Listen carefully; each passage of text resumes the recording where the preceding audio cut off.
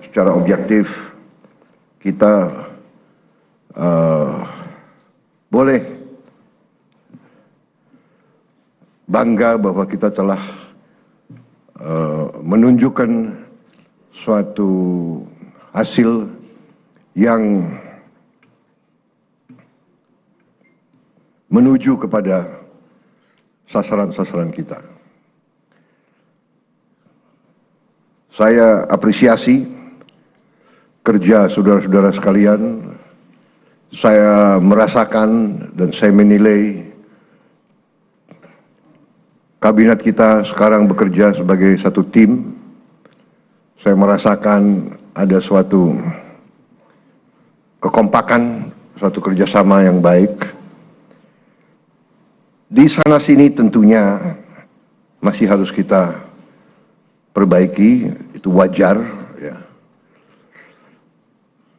Tetapi yang saya rasakan adalah semua menteri, semua wakil menteri punya keinginan yang sangat keras untuk memberi hasil kepada rakyat. Itu yang saya rasakan, dan saya ingin mengucapkan terima kasih kepada saudara sekalian. Demikianlah yang diharapkan rakyat kita. Kita berada di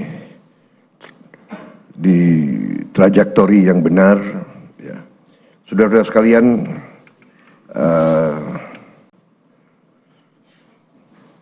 saya tadi pagi kebetulan jumpa dengan Profesor Emil Salim, seorang senior, usianya 94 tahun, berkali-kali jadi menteri. Ya, beliau menyampaikan pesan-pesan, menyampaikan harapan-harapan, dan menyampaikan apa-apa yang beliau jadikan pegangan beliau.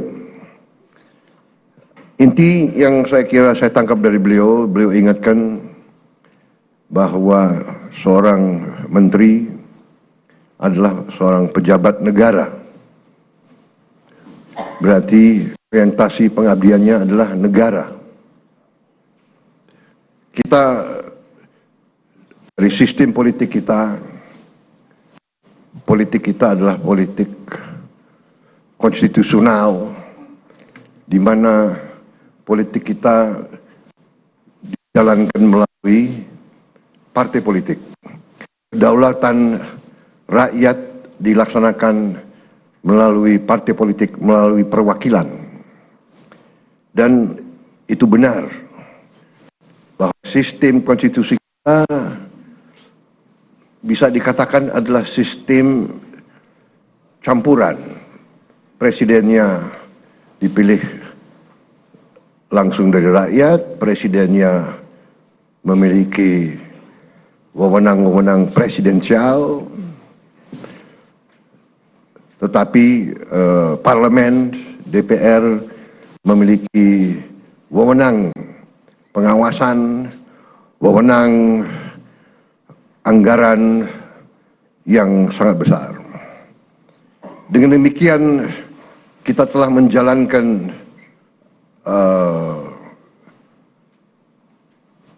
statecraft kita, bernegara kita telah jalankan dengan tahap demi tahap, tahun demi tahun, melalui pengalaman, melalui cobaan, melalui rintangan, di tahap demi maju telah menyelesaikan masalah-masalah bangsa dan masalah-masalah negara. Dengan demikian, saudara-saudara,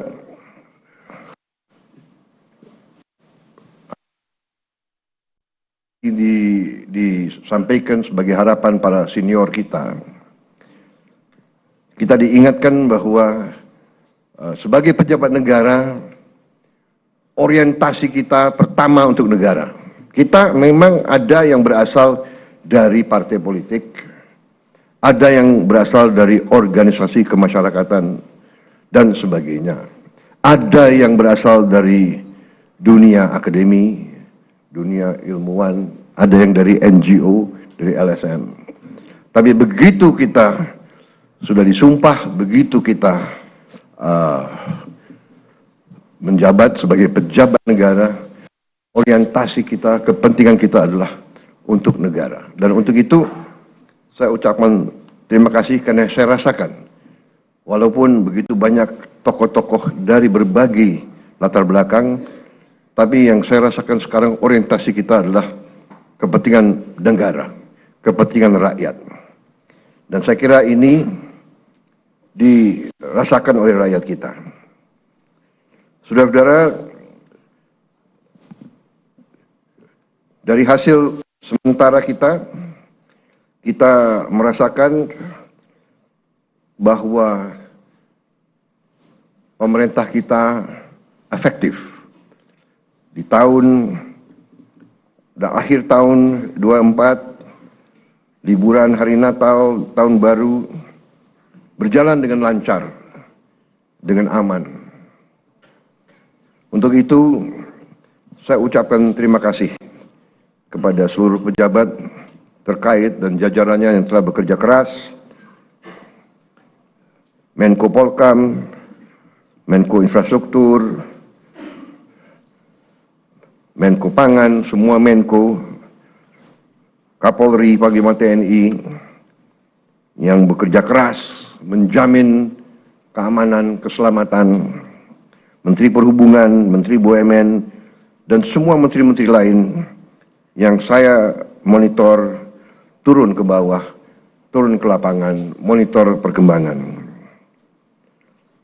Kita juga membuktikan bahwa pemerintah kita efektif.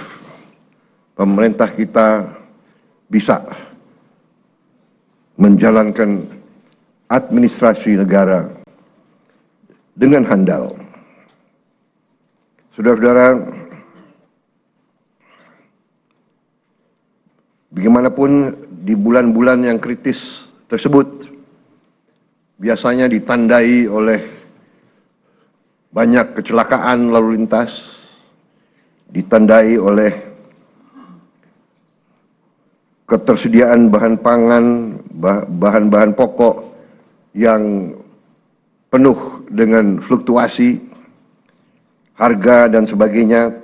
Kali ini kita berhasil untuk menjalankan suatu keadaan yang stabil, penuh ketenangan, penuh kesejukan.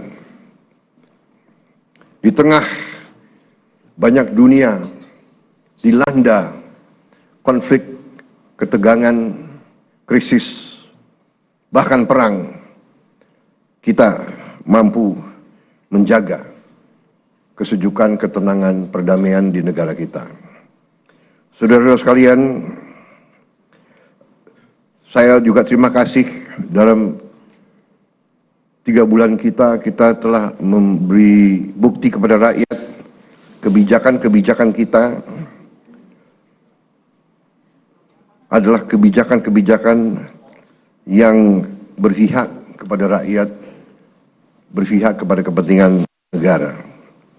Yang pertama tentunya saya menyampaikan apresiasi kepada Menteri Keuangan dengan semua timnya yang telah menyusun APBN dengan baik, dengan cermat, kerja keras, karena saya terus-menerus monitor, saya terus-menerus menuntut penghematan, efisiensi. Saya menuntut keberanian memotong hal-hal yang tidak esensial.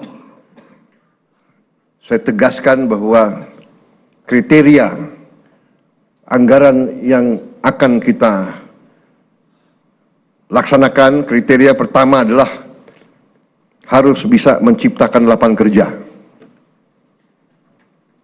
Sudah saya katakan berkali-kali. Kedua, harus meningkatkan produktivitas. Produktivitas ini harus bisa diukur dengan kuantifikasi.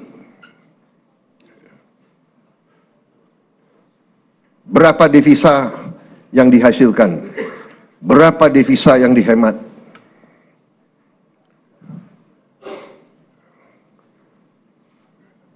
Kemudian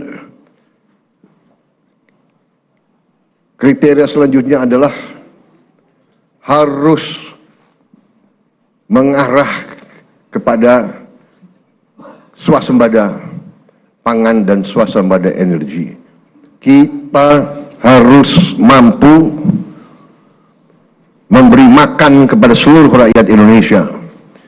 Tidak lagi import, dan saya terima kasih kepada jajaran menteri-menteri yang telah melaporkan kepada saya tahun 2025 lagi, tahun 2025 ini kita tidak akan import beras lagi, tidak akan import jagung lagi, tidak akan import garam lagi.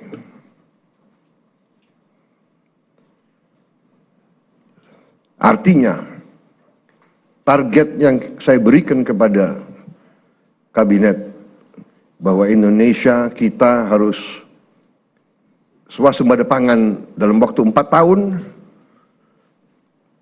Alhamdulillah, target bisa kita capai akhir 2025, paling lambat awal 2026. Jadi mungkin 3 tahun lebih cepat dari sasaran yang kita tetapkan.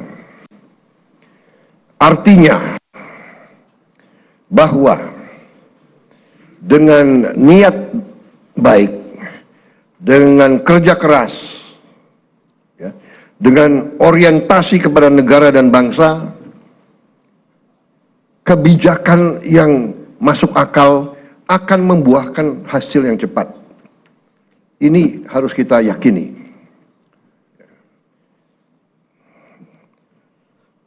Kemudian kriteria selanjutnya adalah harus bisa memberi terobosan teknologi.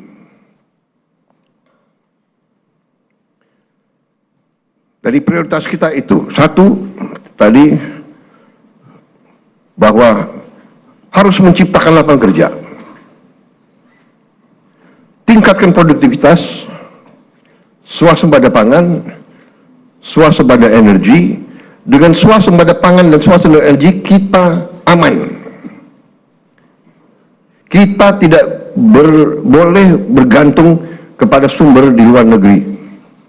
Sudah berkali-kali saya tekankan itu. Dalam krisis dunia, tidak ada negara yang akan mengizinkan pangan keluar dari negaranya. Ini sudah hukum sejarah. Dan kriteria selanjutnya harus bisa menghasilkan terobosan teknologi. Berarti pengeluaran investasi untuk sumber daya manusia, untuk pendidikan, untuk sains dan teknologi, ini termasuk sesuatu yang vital dan sesuatu yang harus kita jalankan. Jadi saudara-saudara, saya tegaskan kembali bahwa hal-hal di luar itu yang bersifat seremoni, upacara, merayakan ulang tahun ini, ulang tahun itu, hari ini, hari itu, kita tidak akan. Perayaan sejarah, perayaan ulang tahun laksanakan secara sederhana di kantor, di ruangan. Kalau perlu yang hadir hanya 15 orang, sisanya divikonkan.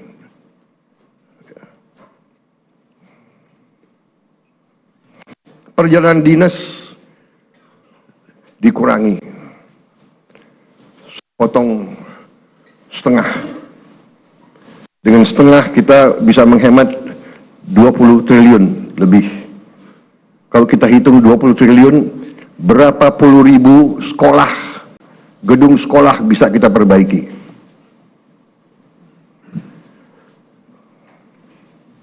Jadi saya katakan benar-benar bahwa saya sangat serius dalam hal ini. Saya minta loyalitas semua menteri, semua kepala badan untuk patuh dalam hal ini. Ya. Dan saya terima kasih kepada tim keuangan yang telah menjalankan penyisiran, kajian terhadap anggaran sampai serinci-rincinya. Kalau tidak salah, mungkin sampai satuan ke-9 kalau tidak salah. Mungkin pertama kali dalam sejarah, ya, Presiden Republik Indonesia mengecek sampai satuan ke-9. Jadi saudara-saudara pun mungkin tidak tahu anggaran-anggaran tersebut, ya. Karena kita sudah lama jadi orang Indonesia. Tapi ini saya kira sesuatu yang membanggakan. Dengan demikian kita bisa bekerja dengan sangat cepat. Saudara-saudara, program makan bergizi kita berjalan. Alhamdulillah, kita telah luncurkan tanggal 6 Januari yang lalu. Sampai sekarang berhasil melayani 650.000 anak-anak kita di 31 provinsi. Ini berkat kerja keras banyak pihak, ya, Kepala Badan Gizi, jajarannya, Mendagri, Menteri Pendidikan Dasar dan Menengah, Menteri Bappenas, Menteri Desa, Menteri BUMN, Menteri Kesehatan, Panglima TNI, Kapolri, para kepala sekolah, para gubernur, bupati, tentunya Menteri Keuangan, dan untuk Januari sampai April 2025, program ini sasarannya adalah 3 juta anak. Bulan April sampai Agustus 2025 akan menuju 6 juta anak. September kita harapkan 15 juta anak. Dan akhir 2025 target kita adalah semua anak-anak Indonesia bisa dapat makanan bergizi. Saudara-saudara, terima kasih kerjasama ini. Seluruh kementerian lembaga ikut mengamankan dan menyukseskan program ini. Kita akan bersinergi dengan pemerintah daerah, gubernur, bupati, wali kota, dan seluruh perangkat daerah. Saudara-saudara, ini adalah masalah strategis. Kita memperkuat masa depan Indonesia. Anak-anak Indonesia harus kuat, harus cerdas, harus semangat, harus sekolah dengan baik. Saya percaya dalam waktu yang tidak lama kita akan melihat peningkatan hasil kemampuan akademis anak-anak kita. Saya juga bertekad untuk melakukan langkah-langkah intervensi kepada semua sekolah di Indonesia. Sekolah dasar,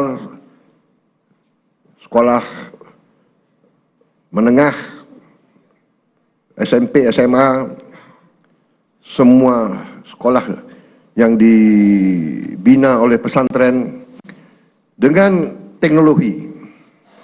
Kita akan masuk semua sekolah dengan teknologi. Kita ingin mempercepat penyampaian pelajaran untuk semua sekolah kita. Saudara-saudara, saya juga berterima kasih kepada Menko Perekonomian dan tim ekonomi yang telah menggagas, menyusun konsep-konsep yang diwujudkan dalam produk-produk, dalam kebijakan-kebijakan yang pro rakyat, penghapusan hutang kepada petani dan nelayan yang mengalami kesulitan membayar sekian belas tahun, kemudian juga berbagai bantuan langsung, berbagai bantuan mengurangi kewajiban-kewajiban terutama rakyat yang di golongan yang paling bawah dan paling lemah. Saya kira nanti mungkin Menko Perekonomian dengan Menteri Keuangan bisa juga jelaskan ke masyarakat berapa kebijakan-kebijakan yang telah kita lakukan. Kita juga dalam waktu dekat kita juga akan mewajibkan semua perusahaan yang menerima kredit dari bank pemerintah menempatkan hasil penjualan ekspornya di bank di Indonesia. Saya kira ini hanya wajar, ini masuk akal. Mereka berusaha dengan dana yang bersumber dari rakyat Indonesia.